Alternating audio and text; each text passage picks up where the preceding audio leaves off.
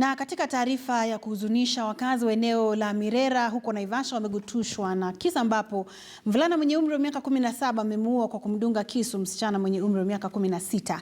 Inakisiwa kwamba mvulana huyu ambaye ni mwanafunzi wa kidato cha 3 ametenda unyama huo baada ya mwenda zake kukataa kushiriki mapenzi naye. Alinochanda na taarifa hii. Nyuso zao zilionyesha hasira. Wakazi wa eneo la Mirera Naivasha katika kaunti ya Nakuru walikosa kuamini macho yao kutokana na madhila aliyofanyiwa mmoja wao.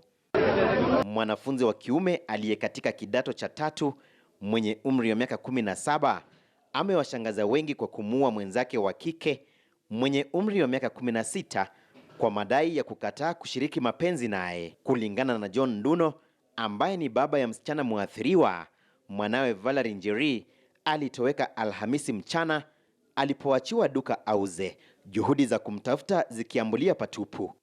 Kijana ni jirani, wamekuwa exchange makaratasi na kijana amekuwa mzuri. Hata on Sunday nilimbeba na motorbike yangu tukaenda ibada ya kwanza asubuhi. Sikuwa najua kwamba atakuja kuniulia msichana wangu. Mshukiwa anasemekana kumshawishi mwenda zake, na alipofika chumbani mwake akamtendea unyama huo, ambako maafisa wa usalama wamepata mavazi yaliyokuwa na damu. Mamake mshukiwa pia alijipata katika ulimwengu wa mshangao. Na anasema ni hasira. Mama mwingine akamuuliza hasira ya nini? Alikuwa girlfriend yako? Hapana.